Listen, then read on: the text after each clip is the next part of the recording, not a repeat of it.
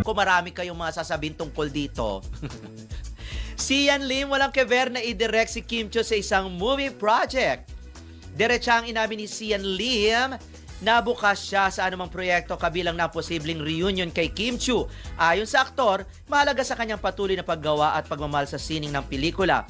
Handa rin umano siyang mag-direct kay Kim sakaling magkaroon ng pagkakataon sa hinaharap. Bilang direktor, nais din niya makatrabaho sina Ian Veneracion, Ann Curtis, Sara Geronimo at Claudine Barreto. Samantala, tahimik na raw ang kanyang buhay pagdating sa bashing habang abala siya sa paghahanda ng kanyang unang serye bilang direktor sa Viva One. Oh, ay, ano ba yan? Nakakaloka. Ay, nako, sa totoo lang, wag mo na siyan kung ayaw madikdik ng bonggang-bongga at mag-end ka agad ang karir mo. Wag ganon. At makatanggap ka na mas lalong ngit-ngit sa mga nagmamahal sa Kim po at kay Kim, wag muna.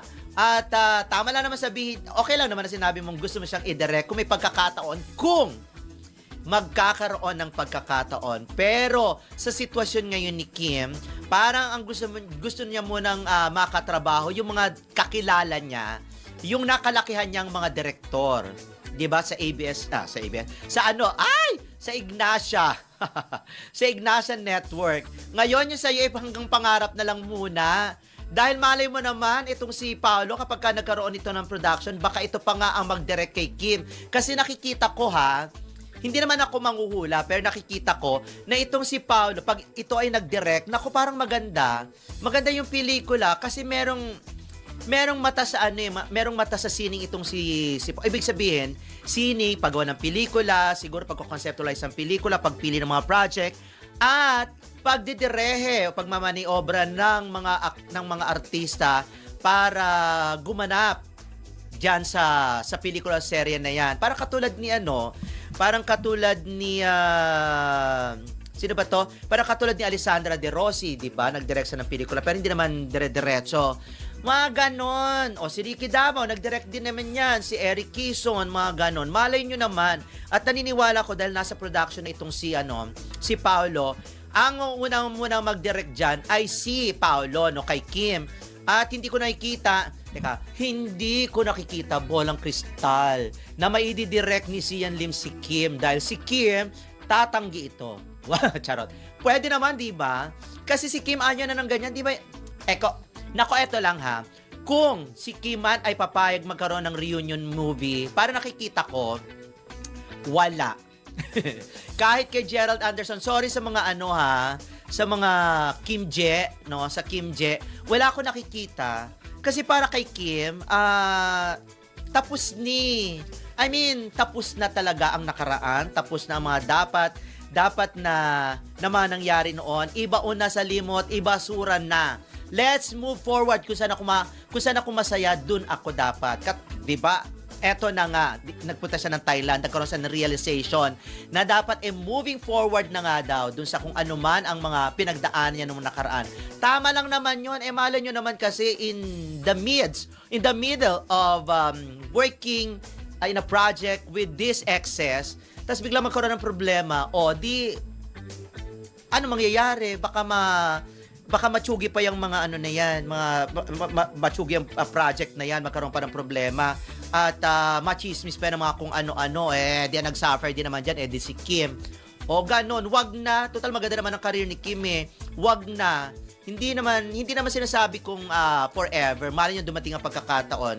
Pero at this season, at sa mga susunod pang mga taon, hindi na muna. Kasi syempre, hindi kasi naging maganda mga hiwalayan na ito O, diba? Kung magandang hiwalayan na ito, dapat sana friends pa rin sila. Pero hindi, hayaan na nating maging masaya si Kim kay Paolo at si Paolo kay Kim. Ganon. Pero sana naman, oo nga. Pagbutihin mo na lang siya ng inyong pagdidirehe at magkaroon ka ng award. At kung darating ang panahon na may direct mo si Kim, siguro dadaan ka sa butas ng karan. Charot! Hindi ako nagninega kasi nakikita ko kasi kung ano yung mga posibleng pwedeng mangyari. At ang dami-dami nagmamahal kasi sa Kim Pao. Hindi sila papayag na may direct pa ito or magkaroon pa ng connect itong si Kim sa kanyang mga ex na alam mo yun, yung nagbigay sa kanya ng heartaches. Yun. Though, si Kim naman ay madaling makarecover dahil napakaganda naman ng lola niyo, di ba? Kaya nyo ba yun, yung mga gumagano'ng ganun? Kaya nga ako nagpapahaba ng buhok. Wow! Goal ko maging Kim. Asa ka pa ba? Char! Siyempre, di ko gusto ng Kim Paulandia. Diba, ganon? Hindi ba kung meron mang dapat makasama si Kim sa kanyang mga susunod na pelikula, yun yung sinasabi, yung kanyang mga kaibigan ng Bex, no? Ang mga Beckies, 'di ba? Yan, si Bella Padilla at si Angelica Panganiban. At ang dami dahil po mga kaibigan ni Kim na po pwede niya makasama sa pelikula. At inaasahan ko nga at isa nga sa mga pangarap ko magkaroon ng action movie itong si Kim dahil hindi pa ito nakakapag-action film. Kasi bagay na bagay sa kanya ang mga assassin na role, mga gano'n, na nakikipagbakbakan. Diba? Naku, malapit na mawala yung era na yan. Dapat makagawa na si Kim. At gusto ko rin makapag-remake si Kim ng isang pelikula dati. Remake katulad niya na pag-usapan namin ni Dondon. Pwede rin kay Kim ang Ani Batong Bakal. Kasi nga, diba, super dance ang lola mo. Dapat ganon. Kasi parang ni-revive ni Jolina Magdangal, parang hindi ko natandaan na, sorry, correct me if I'm wrong, hindi ko natandaan na si Jolene, na yung pelikulang yan ay nag-box office. Hindi katulad nung panahon ni Nora Honor na as in talagang nagiba ang mga sinihan dahil blockbuster talaga yan. Kung meron ng 1 billion noon, siguro higit pa sa 1 billion ang kinita niyan. At meron pa siyang ano ba yun? Hindi Rock Baby Rock. Meron pa yung Bongga Kada at meron pang isa. Sana ganito o kaya yung Jack and Jill. Ayan, ako bagay na bagay ito kay Kim. Yung Jack and Jill. 'Di ba? Na, ayan, si Paolo ang kanyang kasama dyan. Dapat si Paolo ang kanyang kasama. Ganon. Kasi itong mga pelikulang ito, meron na tong, hi, Sus. Dumaan si Sus. Hi, Sus. Ang aming sports anchor. Ayon. At ito ay meron ng audience at alam na to ng mga tao. Kahit yung mga matatanda, alam na itong mga pelikulang to, ang Jack and Jill. Dahil niremake na rin to ni Sharon Cuneta. Ginawa na to ni Nora Honor. Pero ang una nun si Lolita Rodriguez siya kasi ano yata to? Rogelio de la Rosa ba? Or basta ganon. Lolita Rodriguez. And then ginawa ni Nora Honor. Tapos ginawa ni Sharon Cuneta. Hindi ko na alam kung ano pa mga gumawa nito. Ganon. O kaya, kung meron mang isang, dapat gumawa rin ng mga superhero, no, na movie si Kim, para at least may mga variety. Pero gusto ko talaga isang dance movie. Ayan, i-remake mo na, Kim, ang Bongga Kaday. Total naman, Bisaya ka, diba? Lahat ay nagulat ng buksan ng pitas. Gumaganon ka. Sayaw ng mga tao ay biglang nahinto.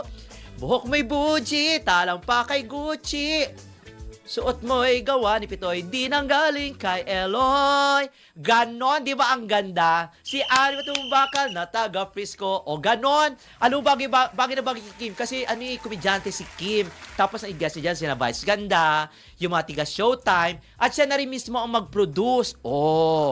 Ganon. Dapat ganyan. Kung wala pang project ang Kim Pao, doon muna at least para kung pa makapagpahinga muna tayo sa drama, mag-romcom muna tayo ng musical. Ganon! Kung ang balita ay walang keber si Shan Lim na idirect si Kim Chu sa isang movie project, maramong interesting na anggulo dyan, career-wise, industriya-wise, at sa perspective ng fans. Una, kung totoo man ito, makikita rito ang professional maturity ng isang direktor. Sa industriya ng pelikula, normal na magtrabaho ang mga artista at direktor kahit may personal history o dating koneksyon. Ang pagdidirect ay isang creative at technical na responsibilidad. Ang focus dyan ay storytelling, performance at output ng proyekto, hindi personal na nakaraan. Kung open si Shan sa ganitong setup, pwedeng ibig sabihin nito na kaya niyang ihiwalay ang personal at professional na aspekto ng trabaho. Ikalawa, para kay Kim Chu, kung sakaling mangyari ito, magiging malaking acting challenge at opportunity din. Minsan, ang ganitong klaseng collaboration ay naglalabas ng mas matinding performance dahil may built-in emotional history at familiarity sa isa't isa. Maraming pelikula ang naging matagumpay dahil sa ganitong layered na dynamic sa likod ng kamera. Ikatlo, sa side ng publiko at fans, natural lang na magkakaroon ng halo-halong reaksyon. May matutuwa dahil sa idea ng reunion sa isang creative project, may magugulat o magdududa kung magiging komportable ba ang working environment. May mag-aabang kung paano nila ihahandle ang professionalism on set. Dagdag pa, mahalagang tandaan na sa showbiz, maraming balita ang speculative hanggat walang official announcement mula sa production o sa mismong involved parties. Kaya mas mabuting tignan muna ito bilang posibilidad kaysa confirmed fact. Sa mas malawak na pananaw, kung mangyari man ito, pwede itong magsilbing halimbawa na growth over past issues, respect sa craft, pagpili ng proyekto base sa kalidad, hindi sa personal na history. Kung pag-uusapan ng balitang walang keber si Sean Lim na idirek si Kim Chiu sa isang movie project, masasabi kong kung totoo man ito, nagpapakita ito ng mataas na antas ng professionalism at maturity sa industriya ng showbiz. Sa mundo ng pelikula, ang pinakamahalaga ay ang proyekto, ang kwento, ang kalidad ng pagganap at ang kabuoang output. Kapag ang isang direktor ay bukas na makatrabaho ang kahit sino, kahit may personal history o dating koneksyon, ibig sabihin handa siyang unahin ang craft kaysa emosyon o nakaraan. Iyan ay tanda ng growth bilang filmmaker. Para naman kay Kim Chiu, kung sakaling mangyari ito, maaari itong maging isang malaking acting opportunity.